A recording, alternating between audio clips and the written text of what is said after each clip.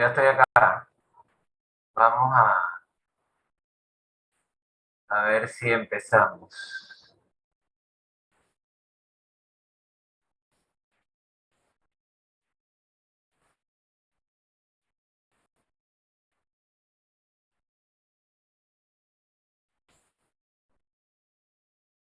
¿Me están escuchando, no? Sí, doctor. Vamos a hablar, ya hablamos de sodio los dos primeros días, ahora vamos a hablar de otro electrolito, que es el potasio. El potasio es mucho más sencillo, desde el punto de vista tanto entender la fisiopatología como la terapéutica. Eh, Así que, bueno, vamos a empezar. La idea es hacer lo mismo que con el sodio. Vamos a ver una teoría hoy y mañana vemos los casos clínicos, ¿no? La aplicación en la vida real. Ok. Bien. Entonces, vamos a empezar con los trastornos del potasio. Eh, Recuerden que el sodio es el principal catión extracelular, ¿no? Una concentración alta en el extracelular con una concentración pequeña intracelular. Sin embargo, el potasio es totalmente lo contrario, ¿no? Es un tema de electroneutralidad. El principal ion positivo en el intracelular es el potasio y en el extracelular es el sodio y viceversa, ¿no? Entonces, la concentración del potasio promedio es más o menos 4. Sabemos que el rango va entre 3.5 a 5 en general en la mayoría de las definiciones, ¿no? Y los rangos de laboratorio comerciales. Entonces, ¿cómo se regula el potasio? El potasio se regula diferente al sodio. Obviamente, la fuente principal del potasio es la dieta, ¿no? Pero siendo el catión principal intracelular, el movimiento del potasio entre el intra y el extracelular es sumamente importante, ¿no? A diferencia del sodio, que el sodio está todo ya en el extracelular. Y al estar en el extracelular está en la sangre. Entonces, las concentraciones de potasio son pequeñas y la célula puede aportar en un determinado momento o quitar o aportar una cantidad grande de potasio que pueda producir alteraciones clínicas, porque al final lo que tú quieres es lo de las alteraciones clínicas. Entonces, el potasio entra cuando uno se lo come, se mueve entre la célula, entre el intra y el extracelular y se elimina. En su mayor parte, como les pongo aquí, por el riñón y un poquito por el tracto gastrointestinal. Que en ciertas condiciones puede cambiar un poquito estos porcentajes. Entonces, ¿qué factores hacen que el potasio se elimine? Estamos hablando por el riñón, ¿no? La excreción de potasio, que es a nivel renal. Aumenta la hormona principal que influye en el potasio es la aldosterona. Cuando yo tengo un hiperaldosteronismo, o sea, la aldosterona está elevada, ya sea por una enfermedad o por una respuesta apropiada a la aldosterona, o una elevación apropiada de la aldosterona, va a aumentar, va a eliminarse el potasio va a bajar. Cuando hay sodio alto en el túbulo colector, ¿cuándo hay sodio alto en el túbulo colector? Cuando uso diuréticos, cuando hay un flujo urinario alto. Cualquier cosa que me cause que haya mucho sodio en los segmentos finales del túbulo y haya mucha orina, eso va a hacer que se elimine más potasio. Por eso las diuresis osmóticas y los diuréticos de asa principalmente producen hipocalemia. Los altos niveles de potasio pues son un gatillo para esto. Y altos niveles de iones negativos en el túbulo colector, que es lo que ocurre cuando hay mucho bicarbonato. Por ejemplo, en las alcalosis va a tender a haber hipocalemia. ¿Qué disminuye la excreción de potasio? Pues lo contrario, la aldosterona baja, falta de flujo urinario y la principal causa, que es la falla renal, es decir, la caída en la tasa de filtración glomerular, que no influye en la eliminación del potasio, porque la tasa de filtración no va a aumentarse, la tasa cae cuando el niño está enfermo. Entonces, la excreción disminuye el potasio. Recuerden que excreción es lo que se orina, lo que se va del cuerpo. Y eso es lo que hace que se acumule, ¿no? Si se excreta poco, se acumula mucho. Si se excreta mucho, baja la cantidad. ¿Ok? Diagramáticamente, Potasio entra al cuerpo con la comida. En el líquido extracelular se mantiene estable por movimientos entre las células. Hay mucho más en el intracelular que en el extracelular. Y el que queda, pues, de lo que se ingirió, que no se movió entre las células, se elimina. 90% por el riñón, 10% por el tracto intestinal, en las heces. Hasta aquí estamos claros, ¿no? Es una hemostasia mucho más sencilla que la del sodio. ¿Qué factores favorecen este movimiento interno? En condiciones normales, estas cosas no están aumentadas, pero en un paciente que tenga alcalosis, que esté usando beta agonistas, como por ejemplo el salbutamol, o que esté usando insulina, el potasio sérico va a disminuir porque va a entrar a la célula. Y en circunstancias contrarias, que haya, en vez de alcalosis, haya acidosis o haya beta bloqueo, va a haber un exceso de potasio en la célula. O sea, situaciones que hacen que el potasio salga o que el potasio entre a la célula. ¿Cómo se maneja el potasio en el riñón? El potasio es filtrado libremente, como lo es el sodio. El 100% se filtra, una molécula pequeña. Vamos a hablar un poquito de filtración glomerular en la penúltima clase, que es cómo se come y cuán importante es para entender las enfermedades del riñón. El potasio se filtra completamente. A nivel proximal se reabsorbe una gran parte, mucho por mecanismos pasivos. Pero en los segmentos más allá, ¿no? En el asa de Engle, también se puede reabsorber. Y en los túbulos colectores mediados por la aldosterona ocurre la secreción del potasio. Entonces el potasio se filtra, se reabsorbe y se secreta. Como vamos a ver después, son las funciones que hacen los túbulos. Bueno, la filtración la hace el glomérulo, los túbulos hacen la filtración, perdón, la reabsorción y la secreción. Reabsorber es quitar alguna sustancia de la orina, secretar es añadirla a la orina, para que haya un equilibrio. Al final, ¿cómo se llama lo que se va en la orina? Lo excretado. Lo vamos a ver el concepto. Lo filtrado es igual a, la cantidad filtrada de una sustancia es, mejor dicho, la cantidad excretada, la que va a la orina de una sustancia es igual a lo que se filtró, menos lo que se reabsorbió, porque eso regresó a la célula, más lo que se secretó, porque eso salió de la sangre hacia la orina. ¿Okay? Eso vamos a ver la importancia de eso. Esto vamos a pasarlo rápido, esto es la regulación y los mismos transportadores que ocurren en los túbulos. Eso no me interesa que los memoricen. Sepan que está mediado por diferentes mecanismos, tanto en la célula principal como en la célula intercalada, hay diferentes transportadores ligado a sodio, ligado a potasio, y el mecanismo ligado pues al bicarbonato, que se intercambia con cloro. Y esto es muy importante porque por eso es que hay una relación tan íntima entre el transporte de los hidrogeniones y el potasio, el bicarbonato y el cloro. Entonces, ¿qué es lo que pasa? En condiciones normales,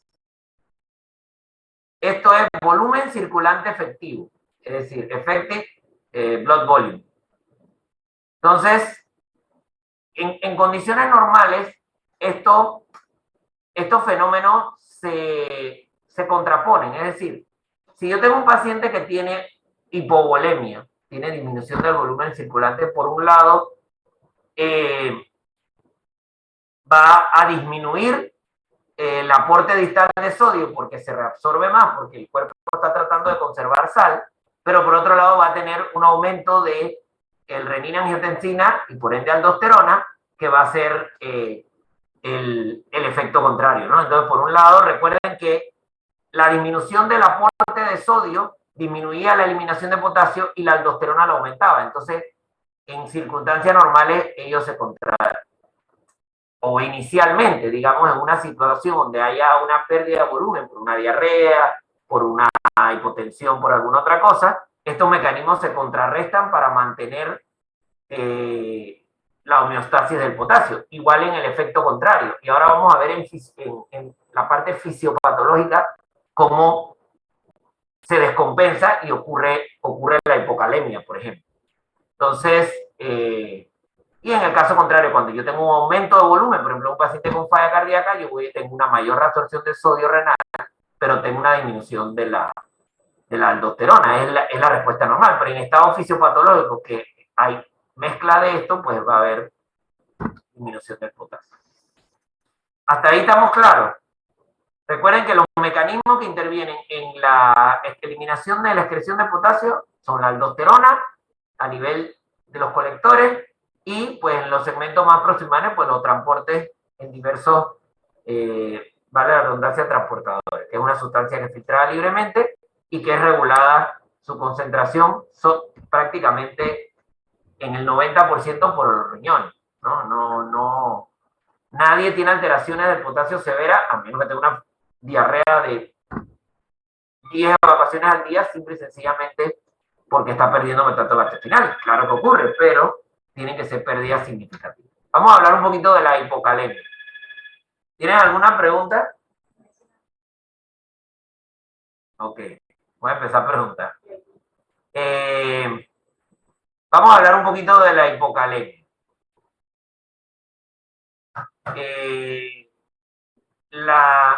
Existe la pseudohipocalemia, que ahora vamos a explicar qué es.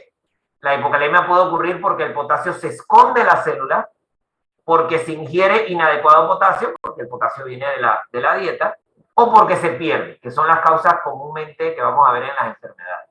O porque yo tengo pérdidas gastrointestinales o porque las pierdo por el riñón. Es difícil que una persona tenga hipocalemia a menos que esté haciendo huelga de hambre o esté perdido en una selva donde no ingiere nada, que vaya a tener hipocalemia solo por falta de ingesta. Aquí sí hay algunas patologías que lo pueden causar. La pseudohipocalemia es, así mira como era la pseudohiponatremia, no es un trastorno real, es sencillamente que el potasio que nosotros medimos en el suero está bajo, pero realmente no está bajo en la persona, en vivo. Y ocurre cuando tenemos, por ejemplo, grandes cantidades de células metabólicamente activas en pacientes con mucha leucocitosis, que esas células en el tubo, dentro de in vitro, ahí absorben el potasio, ¿no? Entonces eso, si tú separas rápidamente el plasma de la célula, es decir, si tú traes el hemograma, te han visto, el químico que no lleva anticoagulación, la sangre se coagula, se va al fondo y el suero queda arriba. Del suero que se hacen las pruebas. Pero si tú no centrifugas eso rápido y lo separas completamente para hacer la prueba, pues las células que están abajo en el fondo del tubo van a agarrar todo eso. Pero eso en el caso de que haya muchas células, ¿no? Entonces, eso sería la pseudohipocalemia. La mayor parte de las hipocalemias, pues, obviamente son verdaderas, ¿no? Primero, la de los movimientos celulares. Aquí lo que sucede no es que el potasio se está perdiendo ni por el riñón ni por el intestino, sino que sencillamente algo lo está metiendo a la célula. Por ejemplo, la alcalosis, que tiene un efecto leve, la insulina, que tiene un efecto más importante, y el aumento de la actividad adrenérgica. Y una enfermedad, que es un trastorno de unos canales de transporte, que se llama parálisis periódica hipocalemia. Hay otras cosas como el anabolismo, la hipotermia. Todas son cosas que hacen que el potasio entre a la célula. Y entonces por eso el paciente tiene hipocalemia.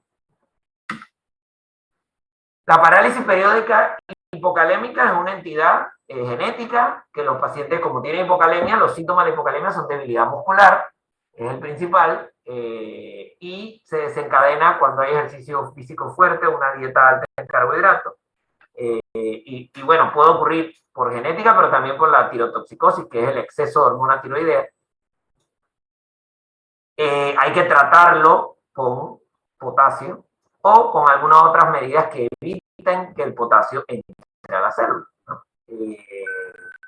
Nada más se lo menciono como una curiosidad. Ok, ya les mencioné lo de la baja ingesta. Es extremadamente raro que alguien vaya a tener potasio bajo solo porque no lo come. Porque el riñón conserva el potasio. Entonces la hipocalemia solo por no comer, pues es extremadamente baja. Así sea alguien que no coma nada de frutas y vegetales, que son los alimentos ricos en potasio, es extremadamente difícil que vaya a tener hipocalemia clínicamente. Vienen las verdaderas causas, entonces, o las frecuentes que vemos en patología. Las pérdidas gastrointestinales, cuando una persona tiene diarrea. ¿Por qué el que tiene diarrea tiene hipocalemia? Ven que el potasio urinario va a estar bajo porque el riñón va a tratar de conservarlo, porque se está perdiendo por el intestino.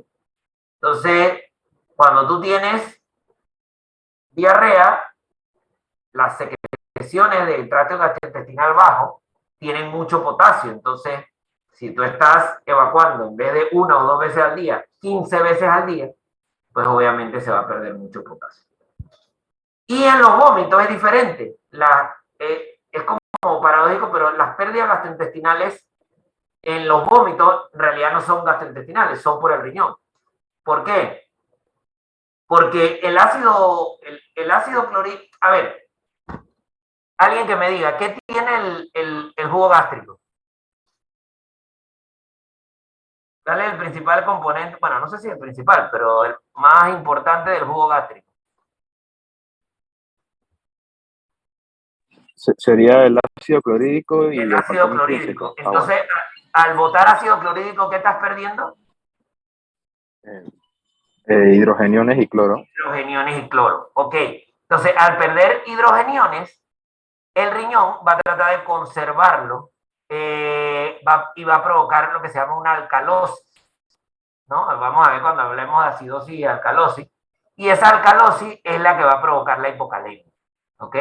Entonces, las pérdidas gastrointestinales altas por vómito o un paciente que tenga una sonda nasogástrica que se le esté succionando porque está obstruido, pues la hipocalemia es por pérdida renal, no realmente porque la cantidad de potasio que hay en el ácido, en los jugos gástricos es mucho más baja.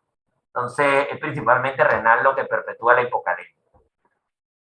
Las pérdidas renales, en un paciente que uno no sospecha pérdidas gastrointestinales, el sodio urinario va, el potasio urinario va a estar elevado. Esta es la manera de diferenciarlo, potasio urinario bajo versus potasio urinario alto.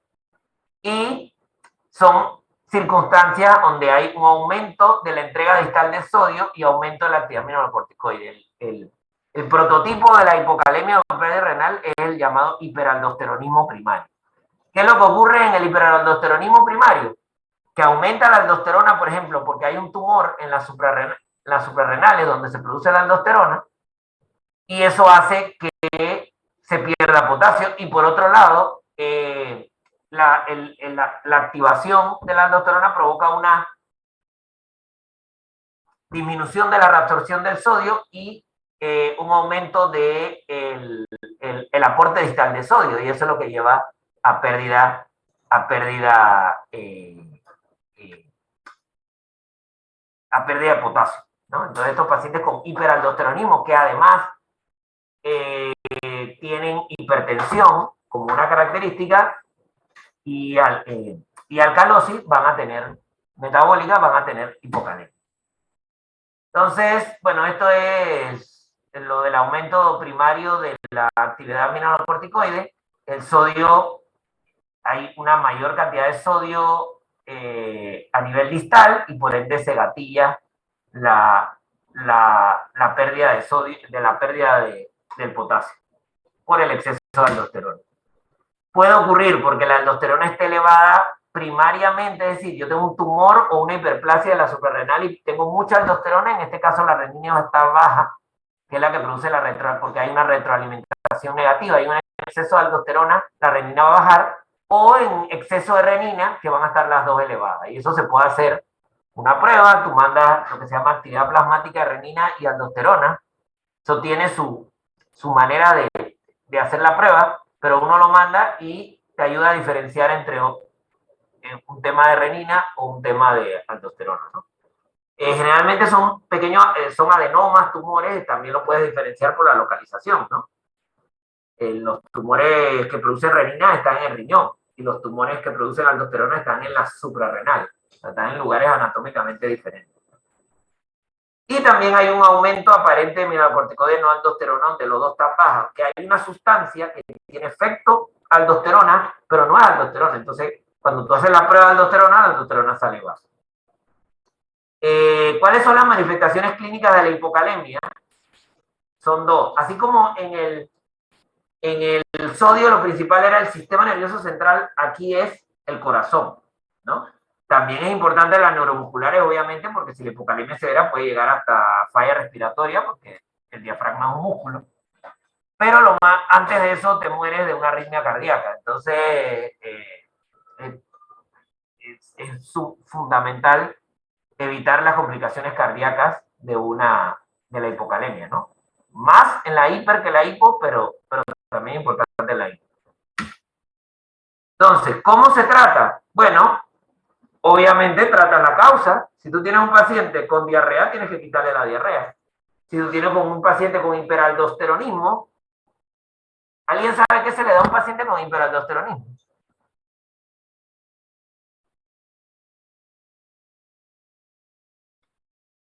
¿Alguien ha oído qué medicamento se le da a un paciente con hiperaldosteronismo?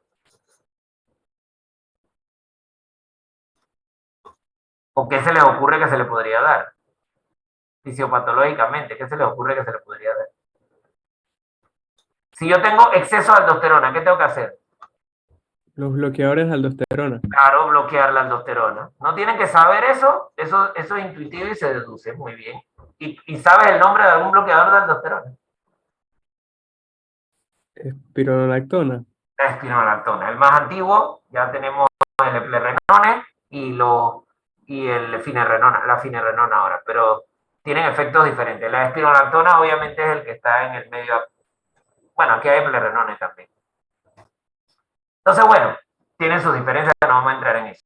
Pero tratar la causa, pues si yo tengo hiperaldosteronismo, el tratamiento es espironolactona. No es tanto reponer el potasio, sino yo tengo que tratar la causa porque si no voy a seguir perdiendo potasio por más que lo reponga.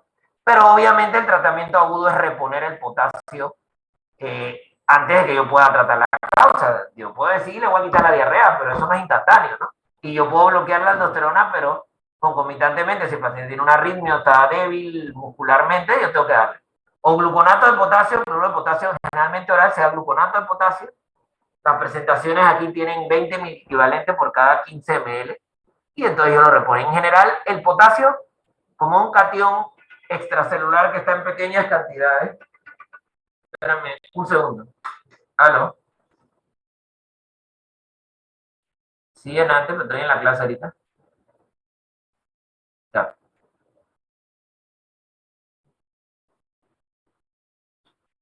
Ok.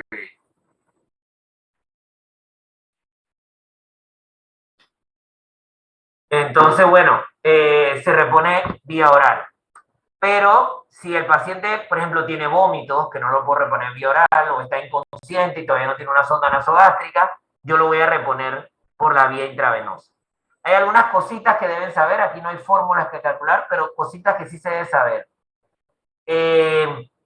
La reposición de potasio en cuanto a la concentración, si yo quiero poner concentraciones de más de 40 miliequivalentes por litro, como dice aquí, yo tengo que administrarlo por una vena central, subclavia, yugular, femoral.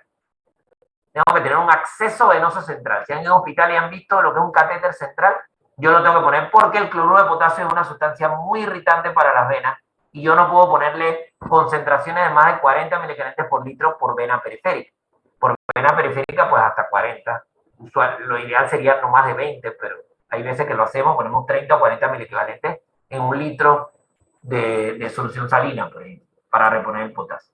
Y la reposición no debe ser a más de 20 miliequivalentes por hora para evitar cambios bruscos que provocan que sean proarrítmicos. Es decir, si yo le voy a administrar 40 u 80 miliequivalentes en un litro por vena central, por ejemplo 80, no lo debo pasar más rápido de 4 horas. A veces en cuidado intensivo lo hacen, pero vamos a decir que eso es lo que está en los libros. Este es un concepto importante. Si la hipocalemia está asociada a acidosis, hay que tratar primero la hipocalemia. Alguien que me diga, ¿qué hacía el ácido con el potasio en cuanto a entrar o salir de la célula?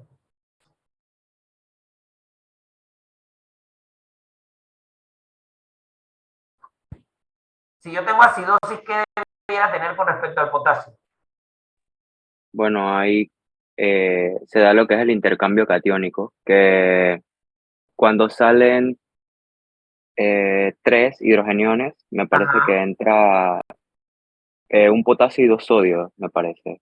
O Ok, no sé si era pero 2 potasios yo o un sodio. tengo acidosis, ¿cómo debiera estar el potasio? ¿Cómo tú esperas que esté el potasio extracelular si yo tengo acidosis? O sea, si yo tengo exceso de hidrogeniones, ¿cómo debe estar el potasio extracelular? ¿Alto o Aumentado. bajo? Debería estar alto. Alto. Entonces, si yo tengo un paciente que a pesar de que tiene acidosis, tiene hipocalemia, quiere decir que el déficit es muy severo de potasio. Y si yo corrijo la acidosis, ¿qué va a hacer la corrección de la acidosis? Meter más potasio a la célula y empeorar la hipocalemia. Entonces, cuando usted tenga un paciente que tiene hipocalemia y en la gasometría tiene 2 de potasio, pero tiene 6 de bicarbonato, le falta mucho potasio. Eso puede pasar en la cetoacidosis diabética.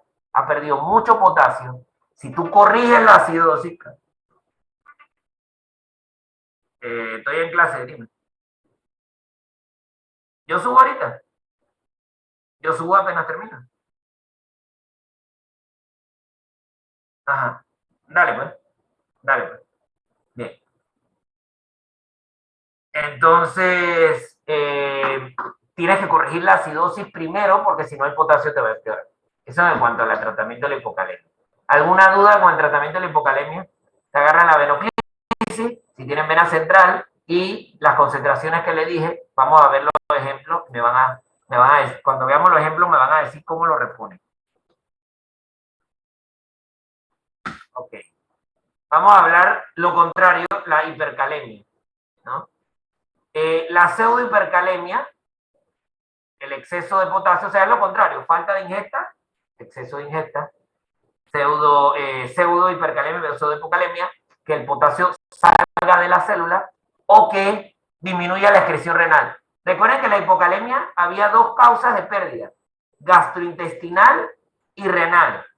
Como acá el que no se elimine es porque el riñón no funciona. Es decir, la única causa de hipercalemia sostenida es la falla renal, porque por más constipación que tú tengas, porque tengas 15 días de no ir al baño, no vas a hacer hipercalemia por eso. Porque la cantidad que elimina el tracto gastrointestinal, aparte que la mayor parte de potasio, aunque las heces no hayan salido, ya está en el lumen del intestino, pues no puedes tener hipercalemia por eso.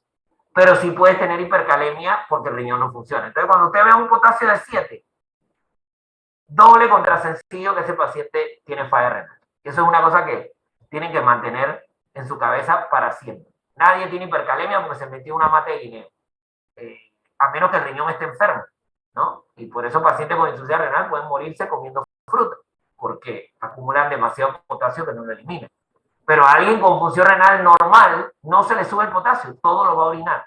Así te comas toda la fruta del mundo en un día. ¿Okay? La pseudohipercalemia, yo le llamo el síndrome del estudiante en su primera rotación o del interno en el primer día, porque sencillamente ocurre cuando tú no tienes experiencia sacando sangre y haces la venopunción traumáticamente. Entonces, al hacer la venopunción de manera traumática, te demoras mucho, embolizas la célula y el laboratorista te tiene que reportar suero embolizado. Entonces, ya se sabe que ese exceso de potasio es por la venopunción, no porque realmente el paciente tiene que repetir la muestra. Y da rabia cuando tiene que volverlo a hacer, pero ni modo. Movimientos celulares, bueno, cuando lo contrario, en vez de absorberse el potasio, se sale por cetoacidosis, por algunas drogas, por la acidosis en general, por muerte celular, ¿no? En pacientes, por ejemplo, con quimioterapia, que se le está dando quimioterapia. Y así como hay una parálisis periódica hipocalémica, hay una hipercalémica, es una entidad autosómica dominante con esa mutación y se precipita por esas razones, ¿no? Por ingesta de potasio, son una alteración genética muy extremadamente rara. Yo he visto un paciente con la hipocalémica, no he visto a nadie con la hipercalémica, por lo menos que se sepa el diagnóstico. La acidosis, recuerden que la acidosis saca potasio de la célula, por los mecanismos que estaban hablando, tanto la láctica como cualquier tipo de acidosis te va a dar hipercalemia. Sí, hipercalemia. Y esto es lo que ya habíamos visto, ¿no? Cómo se distribuye. Y el cuadro clínico, corazón, es lo más importante, El corazón es mucho más sensible a la hiper que a la hipo.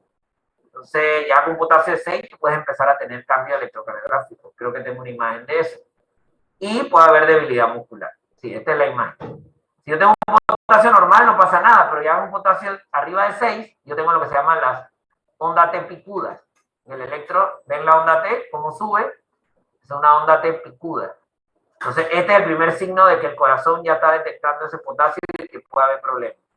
Después viene el aplanamiento de la onda P. La onda P se aplana, se prolonga esto, que es el intervalo PR, que eso es proarrítmico, ¿no? Eso es que el intervalo entre la P y la onda R sea largo, pues hace que el paciente pueda tener una arritmia. El ST tiene una depresión, segmento ST, el espacio que hay entre la onda S y la onda T, esto, y obviamente las ondas T picudas, ¿no? Ya anda el potasio por 7. Ya cuando el potasio llega a valores de 8 o 9, de 8, ya vienen alteraciones que pueden matar al paciente, ¿no? Prolongación del QRS, que es, que es el preludio de la taquicardia ventricular o la fibrilación ventricular o el patrón sinusoidal, que ya es un patrón sin pulso. Ya este paciente está en paro y va a fallecer, obviamente, si no se reanima, que se corrigen las cosas. Entonces, esto es lo que hay que evitar. Si tú tienes el potasio alto, trátalo aquí, no cuando está acá, no está a punto de morirse. Hay que tratarlo aquí. Entonces, ¿cómo lo vamos a tratar? Este es un paciente con un electro bien antes de iniciar un IECA, que es un medicamento que bloquea inhibe la conversión de angiotensina 1 a angiotensina 2 y por ende provoca hipercalemia. Provocar hipercalemia, además le iniciaron AINE para terminar de fregar la cosa y hubo una alteración pues, del electrocardiograma significativa y el paciente después entra en un patrón sinusoidal. Ese paciente ahí en ese momento está en paro. Ese no es un ritmo que produce latidos cardíacos normal. El paciente esto es antes de morir. Si no se hace nada. Y estos hicieron lo que tenían que hacer y le volvieron el electro a lo normal. Esto es una cosa que responde muy bien al tratamiento. Si lo ven aquí anotado, le dieron lo que vamos a ver ahora, gluconato de calcio, bicarbonato y destrozan. ¿Qué es el tratamiento? El tratamiento agudo de la hipercalemia, y estamos con buen tiempo, el tratamiento agudo de la hipercalemia tiene 3 fases. La primera es la protección del corazón. Tú quieres evitar el patrón sinusoidal, la taquicardia ventricular, tú quieres evitar la muerte, entonces tú le vas a dar cloruro o gluconato de calcio intravenoso. Lo que usamos aquí es gluconato de calcio, porque el calcio contrarresta los efectos del potasio en el corazón. El calcio no hace nada con el nivel de potasio. El potasio va a seguir en 8.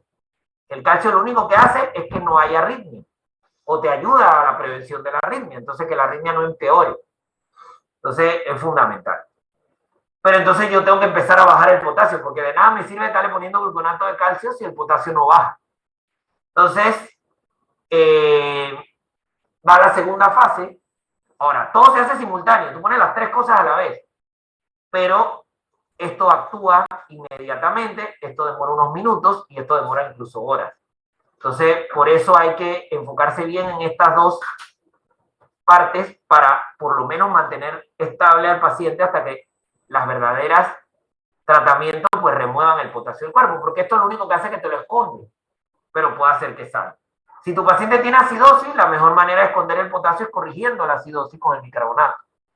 Pero también lo puede ayudar con dextrosa con insulina. Recuerden que la insulina mete potasio a las células. ¿Para qué le pongo dextrosa si lo que mete potasio a las células es insulina? ¿A alguien se le ocurre?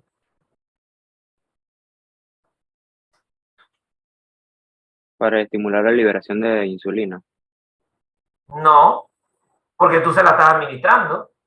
Ahora, pudiera ser que lo haga, pero en realidad no es la principal razón, porque tú estás administrando la insulina. ¿Para qué tú le pones glucosa a alguien que le pone insulina? ¿Qué va a pasar con la insulina además que entra el potasio cuando tú se la inyectas? Si a ti te inyectan insulina ahora, ¿qué va a pasar? Asumiendo que ninguno es diabético. Va a generar una hipoglucemia. Claro, entonces la glucosa... O sea, evitar la hipoglucemia. La hipoglicemia concomitante. Si tu paciente está hiperglicémico porque también tiene diabetes descompensada, entonces obviamente no le tienes que poner la glucosa, nada más le pones la insulina. Y los beta-agonistas también meten potasio a la célula, que sería un medicamento como el salbutamol, ¿no? Te puede ayudar. Eso se puede hacer por medio de inhalado. Ahí en otros países hay beta-agonistas parenterales, administración intramuscular, creo.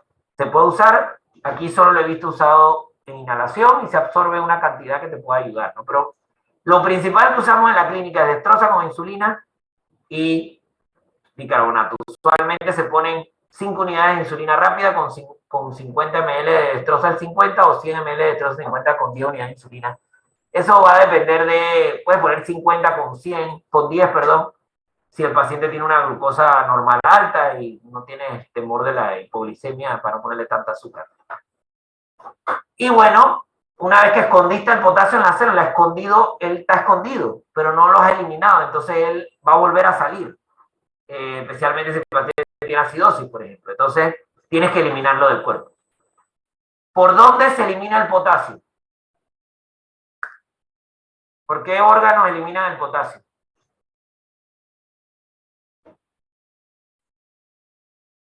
Dígame, va a ver. Riñón.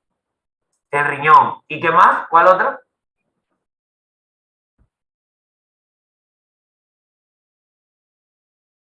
Principalmente el riñón, ¿no? Pero hay otro órgano que lo elimina. ¿Cuál es?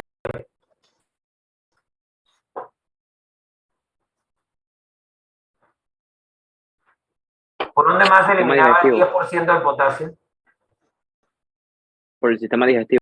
Exacto, el tracto gastrointestinal. Entonces, lo podemos eliminar por el riñón, sería esto, o por el tracto gastrointestinal.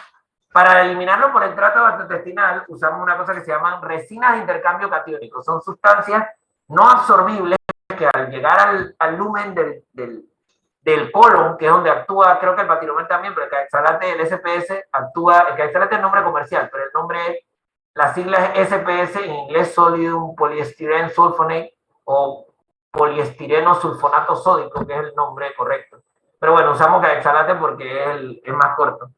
Y es el que tenemos disponible aquí, tiene muchos años, tiene algunos efectos colaterales que no tienen el patiromer o otro nuevo que salió que se llama ciclosilato de circonio, pero que no lo tenemos disponible.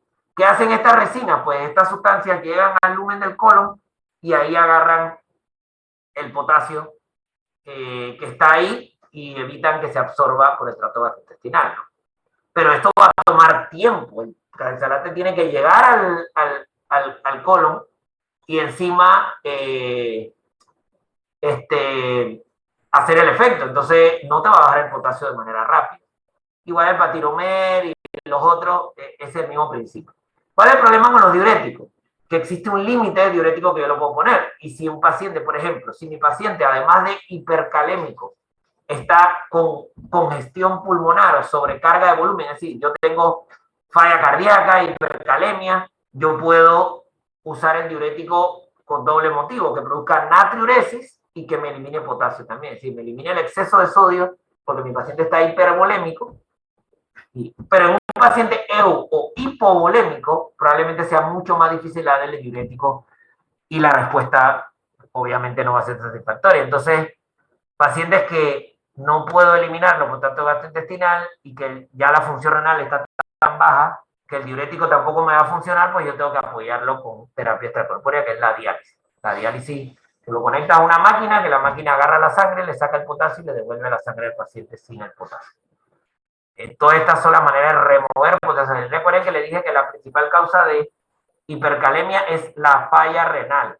Entonces, el paciente que tiene falla renal severa, que no mejora y que no puede hacer que orine para que el riñón elimine el potasio, pues tiene un paciente que, por ejemplo, tiene una falla renal aguda que se puede tratar, tú puedes tratar con todo esto, bajar el potasio mientras que el riñón se recupera, no necesariamente tiene que ir a diálisis. Pero si ya no orina nada y no mejora, pues hay que medir. Esa es una de las indicaciones de inicio de diálisis. Una hipercalemia refractaria. En los pacientes con hipercalemia crónica, tienes que tener cuidado que no tome medicamento. Si tú tienes un paciente que anda con potasio de 5 y pico, 6, pues no le des IECA, no le des ARA2. Eso no está contraindicado. Que restrinja la dieta de potasio. Nuestros pacientes de insuficiencia renal tienen que comer menos de 40 miliequivalentes de potasio al día. Si no cumple, se les va a subir. Y en el caso de evaluar el volumen y la presión arterial, por ejemplo, en pacientes que tienen hipoaldosteronismo, o pacientes que tienen, hipervolemia, por ejemplo, serían pacientes con falla cardíaca, los diuréticos me van a ayudar. Y el bicarbonato en el caso de que hubiera acidosis, ¿no? El caexalate es muy tóxico para el colon. Incluso hay reportes de isquemia del colon. Entonces, por eso inventaron el patinomer, que lo mencioné más adelante, y el ciclocilato de circonio, que son mejor tolerados.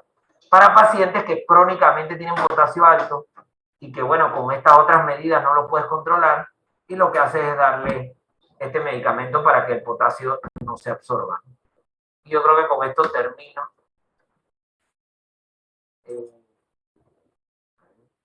Sí, ese es la última. ¿Alguna pregunta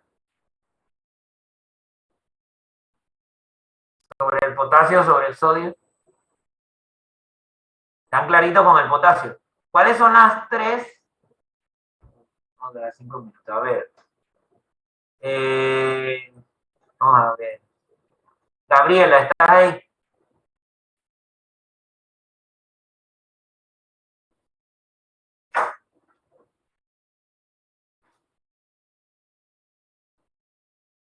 Sofía. Sí, doctor. Ok. ¿Cuáles eran las tres fases de eliminación del potasio en el tratamiento? O cuáles eran las tres fases del tratamiento, mejor dicho, no de la eliminación. ¿Te acuerdas?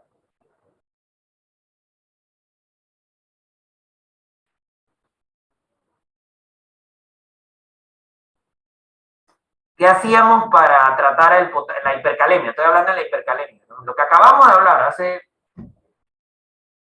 2 minutos, 3. ¿Cuál era la Doctor, primera fase? ¿Evitar qué? no sé si puedo responder por ello. ¿Ah? Eh, bueno, primero se le da el gluconato de calcio para evitar Claro, las ¿qué hace el arritmias, gluconato de calcio? evita arritmias. Exacto, O protege el corazón. ¿Cuál es la segunda fase? se le da glucosa e insulina Ajá. para Pero ¿cuál es el objetivo de la glucosa e insulina?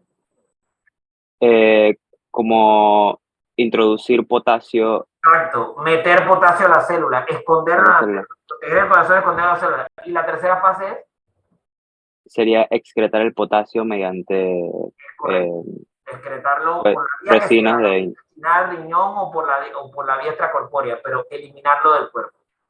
Si ustedes entienden las fases, saben cuáles son los tratamientos y no memorizarlo, sino la lógica detrás de cada tratamiento, ¿no? Eh,